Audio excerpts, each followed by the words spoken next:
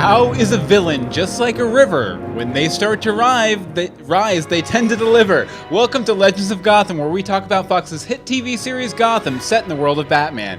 I'm Bill Meeks. And I'm Anne-Marie DeSimone. And we're here with a fantabulous, fantastic interview. Yeah, I'm so excited for this. Yeah, I don't know if we really need to, and I'll go ahead and I'll show you guys Anne-Marie over here too. Wave hello, Anne-Marie. But I don't know if I really need to tease this too much. I mean, we've been talking about it on our commentaries, Yes. which, by the way, if you haven't been listening to our commentaries over the summer, What's wrong with you? We Get have on it. We have half of the first season done and everything, so I definitely check those out as we wait for Gotham season 2 to start. But Woohoo. you know what? Instead of teasing this out and Let's teasing just this do out, it. yeah, let's do just this. do it. Let's run the interview. Ready, go. Take it away, past Bill.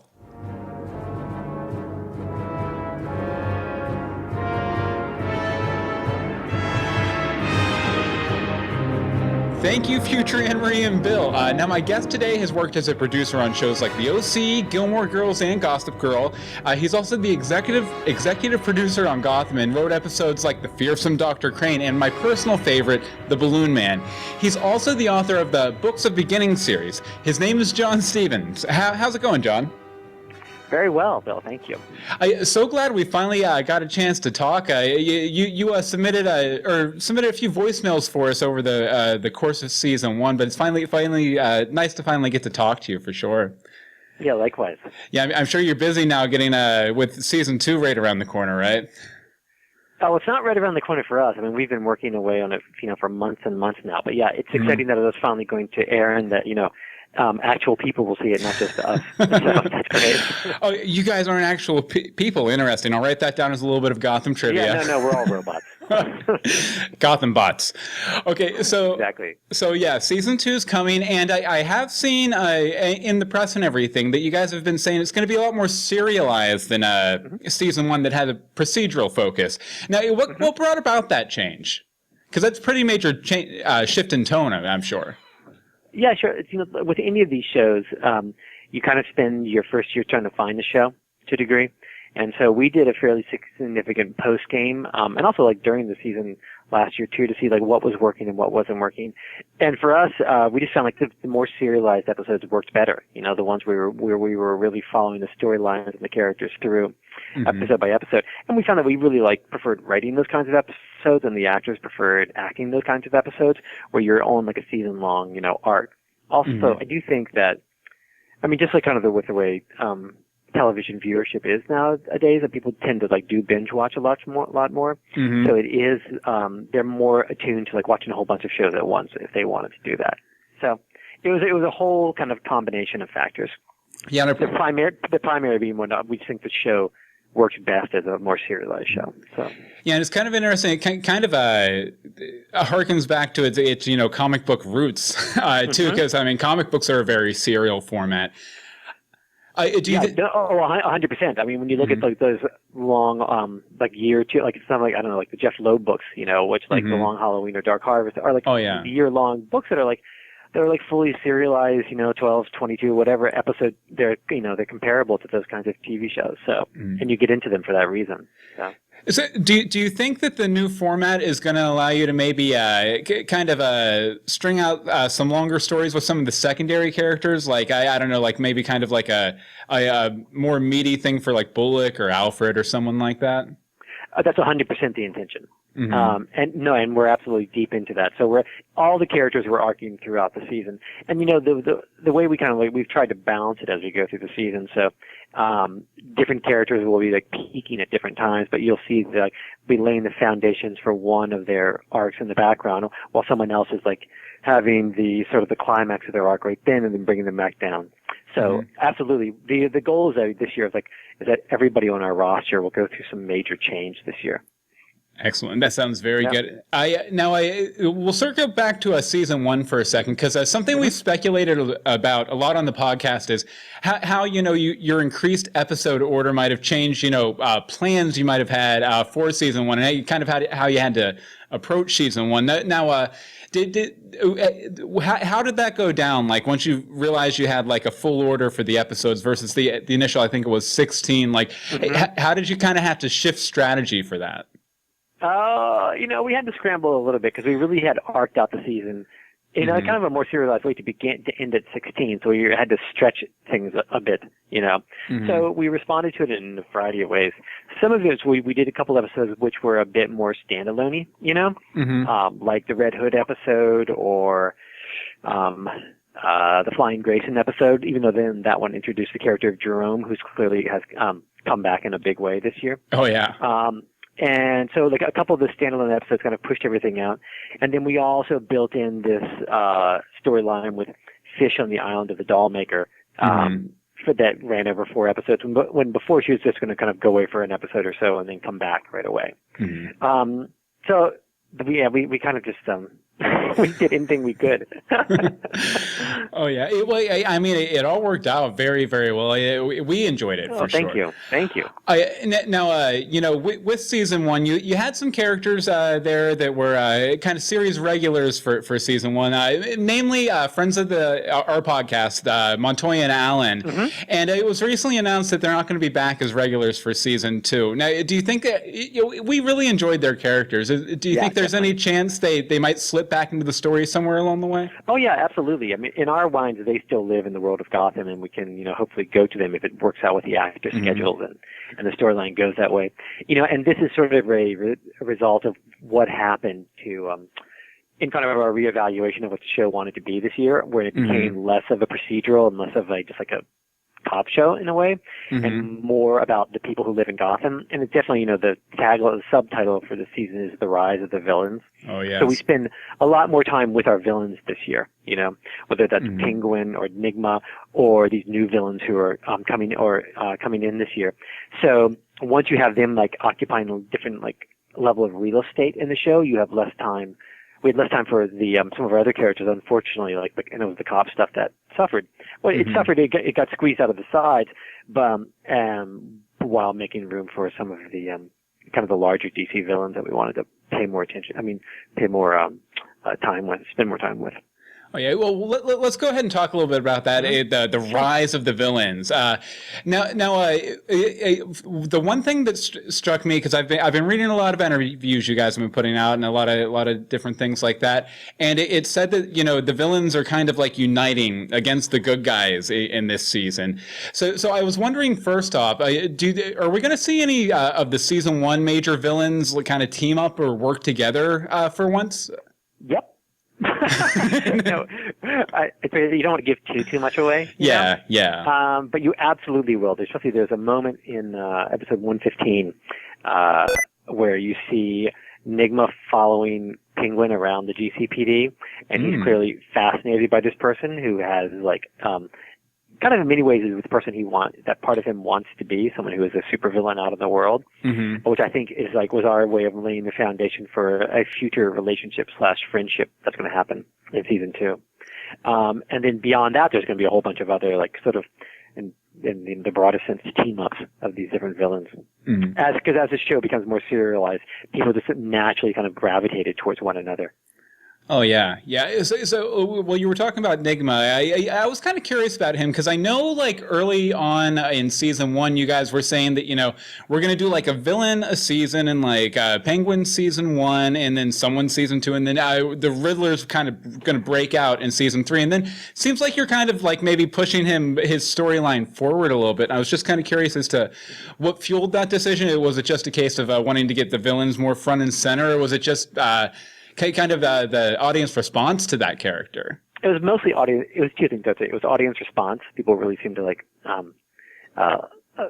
like that and respond to that character.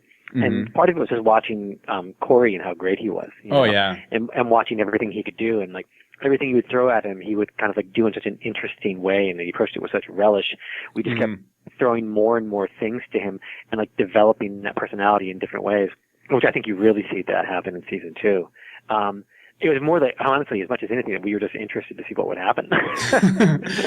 Yeah, I know. Right there at the end of season 1, when he killed the guy, and then he kind of had that little break montage in the filing room cabinet and stuff. I was like, whoa, wait, they're doing it.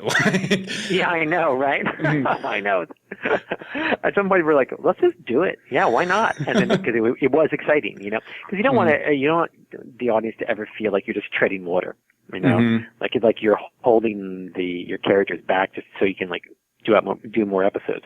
You have to like proceed with the faith that you're going to run with these characters and allow them to develop and accelerate in the way they organically want to, and that you'll be able to, service them storytelling wise. Okay, now the main villain, as I was talking about before, in season 1 was the Penguin, right? And he's now the king of Gotham. So everything he's ever wanted is there in his lap. So what's going to kind of drive him and motivate him through season 2? Well, he doesn't stay king of Gotham for very long. Something really awful happens to him quite early on in the season that knocks him down in this terrible way, and he has to rebuild from scratch and become a different person than he was before. And we really find that it kind of like impacts him emotionally. So yeah, he definitely becomes an underdog fairly quickly once again. Oh, but we get to see him actually function as king of Gotham for a while at the very beginning, and he does a really good job, I have to say. Well, he's a smart cookie, that Penguin. Yeah, he is. That Oswald.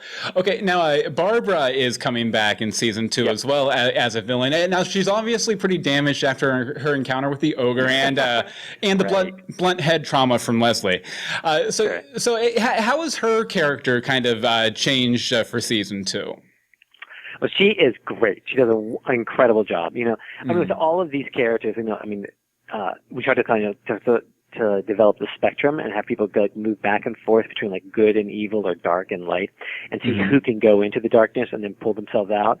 Like Jim sometimes obviously goes into the darkness and pulls himself out, or who goes into the darkness and then never comes out again. And also it's like it's kind of like it's that old comic book psychology or like Jungian psychology of like the shadow self. Like who is everybody's shadow self? Like there's the division of personality, whether it's Bruce Wayne and Batman, or like a good Jim and a bad Jim, or a good Barber and a bad Barber, or a good Enigma and a bad Enigma, and to having people tic tac back and forth over that kind of like that light and dark kind of duality is really interesting. So you really see Barbara go full tilt dark this year.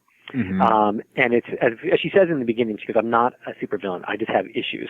And so you really see her kind of approach it with like relish and fun, and she really develops as a great character in the first chunk of the episodes that we've shot so far. And Erin just kills it. She knocks it out of the park. So. Oh yeah, and it was one of those characters that there was a lot of hate for initially, but then you kind of, especially through the ogre arc, you see how you guys kind of played it out. I was going to say it's you, but I think people are really going to respond to Erin this year, to her performance. Excellent, it's great. Very excited to see it. Okay, so I guess we should talk the big guy, Bruce Wayne, a little bit, because he's coming, I guess, more into the forefront this year. Now I know initially you guys kind of considered him as being a minor character, right? I think that I've read that, or not a minor character, but not as big of a focus as he became as the season went on.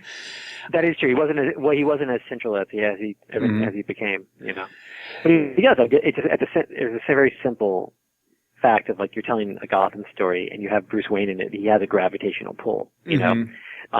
Added to which like David is incredible, and also Sean, who's always with him in scenes, is also incredible. So you're always wanting to write to those scenes because that relationship, and also Gordon's relationship to him, is such an emotional pull of the show that you always end up, kind of like going back to it. Mm-hmm. Yeah, and I'm very excited to see how that cave works out. Now, is that going to be like a new location like throughout the new season, or is that just going to be like kind of like an arc and then done, or? No, it's a new location. Okay, we got it. Yeah, we built it. we built this cave. That's exactly right. Okay, any teases as to his journey this season? Might we see him, like, I don't know, travel and do some training with people other than Alfred or anything like that? Or any sort of teases you can give? Sure, of course.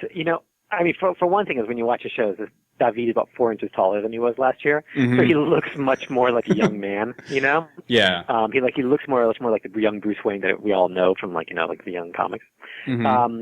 And because of that, he's going out in the world much more, and he's out of the study, he's away from his bulletin board, he's actually being active in the city of Gotham, which I think is exciting. Because, also, you start to see this year the development of, again, what I was talking about before, the duality of personality, of him actually developing the persona of Bruce Wayne.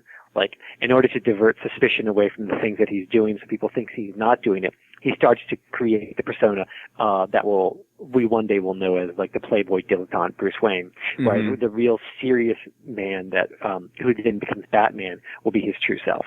So, and I think that's really exciting. It's exciting for the actor to watch him play it, to tic-tac back and forth over those two things. We also watch him. He develops this sort of triangle love interest with Silver St. Cloud, who comes in, and Selena, which is a lot of fun as well. So.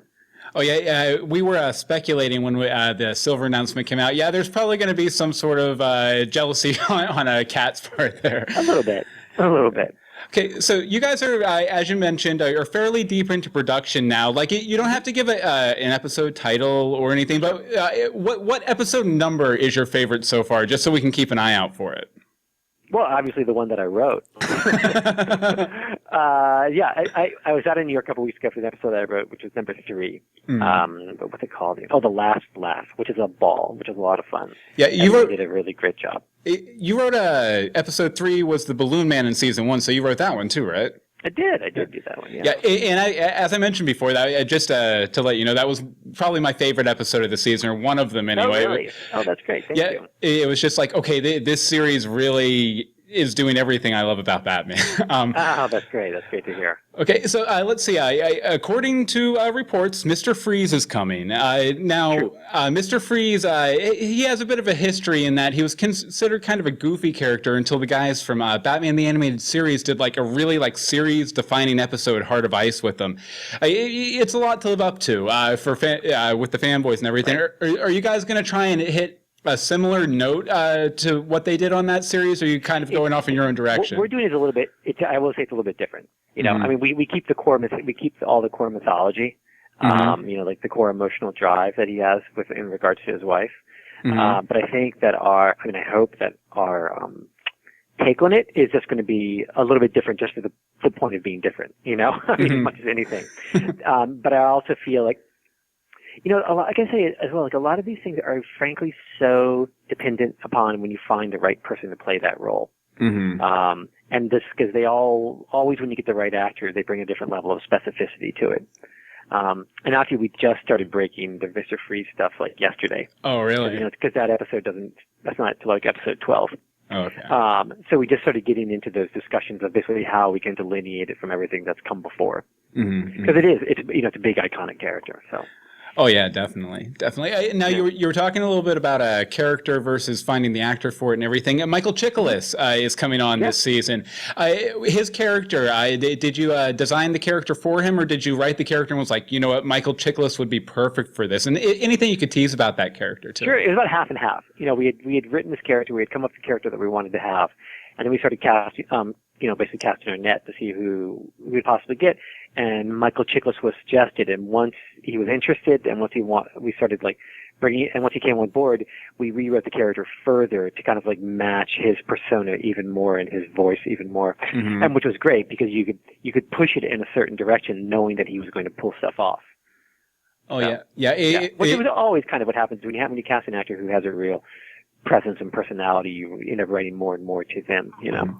Yeah, and I was just excited because not only does he have like a big footprint in cop dramas with like the Commish, the Shield, but he also has it in superheroes with Fantastic Four, No More Heroes. Cross, right? Yeah, definitely. Okay, speaking of perfect crosses, you know, one of the things, and this, we'll wrap up here in a second. But the things that struck me most in the first several episodes of Gotham is it felt like this kind of weird mashup of like a prequel to Batman the Animated Series and Batman 66. You could tell there was a lot of influence there. I was wondering what versions of Batman inspire you as you're working on the series? Obviously, those are ones that stuck out to me. But sure, you know, I mean, they all do a little bit, you know. I know that was such a vague answer, and I apologize. But it is hard to kind of separate a lot of them out. I mean, the Nolan ones are a huge influence, you know. I love Paul Dini's stuff. I think he did an amazing job. And you know, I guess a Batman '66 does have an influence on it, just from the fact that I haven't seen it in 20 years, probably. Like some of those things you can't ever get out of your mind. Yeah. But for more than anything for me, it's the books, rather than like any sort of like, you know, televised version. And I mean the Miller stuff, you know, more than anything, the year one's material. and then Loeb stuff, you know. Oh yeah, both very very good story creators working on it. Okay, so I guess we'll about wrap up here. But anything that you haven't mentioned yet? Any like sort of little tease or like a cool moment or a line or character to watch out for? I mean, I think at the beginning we're really going to play. Jerome is coming back from last year, from episode 1. And so he'll have an arc that begins at the beginning of this year, and we'll start to see the beginnings of what we're talking about as like the Joker myth or the Joker ideology that begins in Batman. So we'll see the beginnings of that world, which I think is really exciting. And Cameron Monaghan just knocks it out of the park. He just crushes it. He's incredible. So it's definitely something to watch out for. Definitely, and you won't have to wait for it; it's right away. Excellent, and I'm very excited for season 2 to come around here. Like we're going to be sitting here speculating on every little blip and blobble of information you guys put out from now until September 21st? I think so. I think that sounds right to me. Yeah. Okay, so John, where can people follow you online and maybe catch one or two little like behind the scenes things or something like that? I guess my Twitter thing, but honestly, I don't even know what it is. I'm sorry. I really am the worst Twitterer in the world. Well, you know what? I can tell people it's at John R. Stevens. Oh, is that Twitter. What it is? Yeah. Okay, great. Thank you. I tend to kind of tweet my episodes, you know, and then when I go to New York, I'll tweet stuff. But so yeah, that would be where I do it. Excellent. Well, thank you so much. I'll try to be better. Thank you so much for taking the time to talk to us today, John. And I guess we'll go ahead and throw it back to Future Anne-Marie and Bill. Take it away, guys. Woo! And there we go. Thank you, Bear. Yes, we're back. Hi. We're back. Yay! Thank you again so much, John, for taking the time out last week to talk to me. And I guess we're just going to, by the way, hello to our chatters over at live.universebox.com. I see Andy and Jamie and Marshall and us. Yay! And Mew and Michael were in there during the interview too. Michael's having computer problems. Yeah. As always. Also, by the way, I apologize if my voice was a little overblown in the interview. I had a weird setting on my mixing board that I didn't realize until after the recording was finished. Of course, because how would you know? But Anne-Marie, this was your first time listening to this. So this was awesome. What did you think? It was awesome. He's so nice, especially to be able to take the time out of his day to call us and give us. I mean, he gave us stuff that we haven't really heard anywhere. Oh yeah, a lot of this stuff is exclusive. Exclusives, definitely. We are awesome. Yeah, for example, some very specific stuff that he told us that I don't think I've seen anywhere else is in regards to specific episodes. Right. Episode 3 is going to be called The Last Laugh. And Mr. Freeze's backstory will take place in episode 12. It'll involve his wife, but they'll try to fit the story to the actor and put their own spin on it. But I'm very excited for the Mr. Freeze episode. I know you are. And all I see is Arnold. Arnold is Mr. Freeze. Ice, baby. I know. I doubt they're going to go that route. I hope not. Oh, Andy in the chat room, by the way, says John Stevens is so awesome. Love chatting with him at SDCC. Nice. Yeah, Andy from the Flash podcast. Woo-hoo. But Anne-Marie, what were some of your favorite bits and bobbles from that?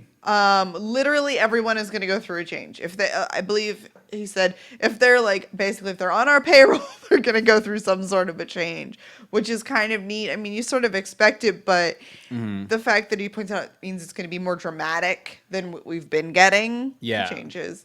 The fact that the Jerome and Flying Grayson's episode was really like a standalone and it was kind of thrown in there to stretch when they got the extension. Yeah, it was kind of like that insert. I love that it was like, 4 or 5 more episodes. Here, let's just insert the Joker and Flying Graysons. Because why not? Because, they're not important. Not at all. That being said, I'm sure they would have found a different way to put the Joker in there, given, a short episode order on season 1 and then into season 2 and stuff. But I'm glad they got to it in season 1 for sure. Absolutely. What's some of your favorites? We'll go back and forth. Okay. I really enjoyed that. They said that the plan was for Nigma to kind of have a slow boil throughout the series, but then once they saw how people were responding to Corey Michael Smith as Edward Nigma and everything, they were just like, let's do it. I may have slightly really spoofed him a little in a video. Just saying. Yes, just a little bit. Just a little bit. Little. And this is another little piece of info. I don't know if I've heard anywhere else, but the Penguin isn't going to be the king of Gotham for long. That he's going to have another fall from grace, and it's going to cause him to have to refocus his energies Again. and kind of rebuild himself from scratch. I wonder if Butch will be along for the ride with that. The dancing Butch? Or if I almost want to say that Butch will be the guy that knocks him down. That knocks him down. I could see it. Yeah, I could totally see it. Interesting. Sad but true that the cop stuff was squeezed out of the sides to make room for bigger DC villains, which, let's just be honest, the villain stuff is what gets people to watch. It's what people want to see. Not as many people care about the side stories and, yeah, and I mean Montoya and Allen and Alvarez and all of them. Well, the fact that it's a Batman prequel too, like a prequel, how Bruce became the Batman, you have to have something for him to respond to. And if it's just a cop drama for 4 seasons, there's petty criminals and stuff, but there's nothing that says, "Hey, I have to put on a bat suit." Hey, someone put on a mask. Though I do really like in these sort of kicking things go together that they're developing the spectrum of dark and light and the going back and forth, like everyone lives in a gray area, everyone does good and everybody does bad, and it's where Bruce Wayne is active in the city of Gotham. We've only seen that twice. Yeah. Once he was encouraged to punch a dude. Once he was wearing street clothes, kids. No, street kids clothes. Ha ha, there we go. Pretty close. But it's neat to see that he's developing Bruce Wayne because Batman is his true self. That's awesome. I'm sure that's normal, but just the fact that we're going to watch it happen is kind of cool. Yeah, that's kind of in the DC universe, that's kind of how they always explain Batman and Superman. Batman is really Batman and Bruce Wayne is his secret identity, where Superman is really Clark Kent and Superman is his secret identity. That totally makes sense, too, because they are very different, but they got to work together sometimes. Yeah, and I also like that he's very excited for Barbara's arc in this season. I believe he even dropped a line in there that we heard in the preview clip that was dropped this week. I think it was just today. Yeah, just and today. And it was amazing. And I want Barbara's dress. Yeah, and we'll be talking about all that in our spoiler party in the next couple weeks here, yes, we won't ramping do up it for now. season 2. But I'm very excited that he's so excited. John Stevens is so excited about her plot line this season, and obviously it's going to be intricately linked with Jerome the Joker, which I've seen in the chat room, all Joker all the time, and everything. And in the chat room is Montoya in the show, the same Montoya who becomes the Question. Yes. Definitely, yes, definitely. absolutely. They mentioned, not really mentioned, they teased at it, but like they said, there's just no time for it right now. Yeah, and I also really liked how John was saying that they take such care to kind of refocus the characters to the specific actor they get for it. Like they were saying that about Mr. Freeze, like it's going to depend on the actor. Right. And then with Michael Chiklis's character, he said, they wrote it kind of with him in mind, but then when they found out they got him, they're like, there we go. Yeah, they made it even more Chiklis, Chiklis. Made him say stuff about being the commish or the shield or something somewhere along the way. Ooh. But it should be pretty interesting. I mean, I'm very excited. I also like that that he's so influenced by all the comics, like Loeb's Long Halloween comic, which I also Christopher Nolan was inspired by. And also Year One, of course. Well, now I feel like I need to read this Halloween thing. Yeah, Long Halloween, definitely probably one of the best Batman stories out there. Best Batman stories running. Like, you saw Dark Knight, the movie Dark Knight. Yes. Do you remember how Harvey Dent and Batman and No. Commissioner Gordon kind of worked together against the Joker? I can't even tell you how long it's been. Like, whenever that came out, at a year, that was when I saw it. But there were there were scenes from the movie almost cut completely entirely, Oh, really? like whole cloth out of the Long Halloween, as far as their working relationship. So. Hey, Bobby! Bobby's there. He didn't know we were going live. Yeah, well, it was really just the squirrely. interview and then kind of a little wrap up here And after here we the are. fact. Yes. But yeah, very exciting. I'm very happy we finally got to talk to John. Yes, I'm so sad that I wasn't able to join, but kids. So there's It that. happens. It happens. Yeah, and we look forward to hearing from John both on Twitter and I'm sure we can Somebody get him has to to teach that man to once tweet. or twice. Somebody teach him to tweet, right? Well, he does a good job on his episodes. Live tweeting his episodes. But we'll try and wrangle him around for another phone call or two, and maybe I bet we can. Maybe one more interview towards some other time or something would be cool. That would be cool. Yeah, awesome. But definitely, again, thank you very much, John. And like I said, we're going to go ahead and wrap it up here, I think. But we will be back. Maybe not next week, but definitely the week after. It's gonna have to be because it's September. It's coming. Go time. 3 weeks. But yeah, we'll be back with a big spoiler party. And actually, we'd like to hear from you guys. If you want to send us an email to legendsofgotham@gmail.com or shoot us a voicemail, 424-274-2352. Again, that's 424-274-2352. Let us know what you think of all the news coming out about Gotham Season 2 and what you're most excited about for Gotham Season 2. Or what you're most scared of. Yeah, because that could be an interesting thing. Definitely. What you're the least excited about. What you could care less about. Which character you're like, really, this person, why? Did you know that David, who plays young Bruce Wayne's name was actually pronounced David? Oh, okay. Now I get it. Yeah, I think I missed a sentence somewhere. From that I think I missed a sentence somewhere, and I was like, what is he talking about? And you're like, David. And I'm like, I missed the whole sentence. But, keep an eye out for that episode at legendsofgotham.com here in the next week or two. Anne-Marie, where can people find you online? You can find me on Twitter at amdsimone or on Instagram at ubannemarie. And as for me, you can follow me on Twitter at Bill Meeks. You can follow all of the podcasts we do at universebox.com. And you can, like I said, get this specific show, legendsofgotham.com. A lot more activity going to be coming soon. Around. Yeah, also check out the Twitter because we're going to start hitting that up a lot more too. It's almost time for Gotham Mondays, guys. I know. It's almost time for Gotham Mondays. At Legends of Gotham, you gotta hit it hard. We're gonna be hitting it hard, so you gotta watch it, retweet us, and Tell share a friend. the show. Definitely. Tell a friend. Okay, so we'll see you next time for more Legends of Gotham. Do, do, do, do.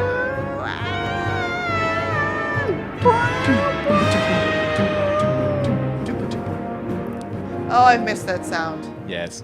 Very short episode. Very short. It's so weird to do a short one. Our episode's been 2 hours. Only lately. about half an hour or so, but that's okay. I'm okay with that. Because it was jam packed with content, right? Seriously, that was awesome.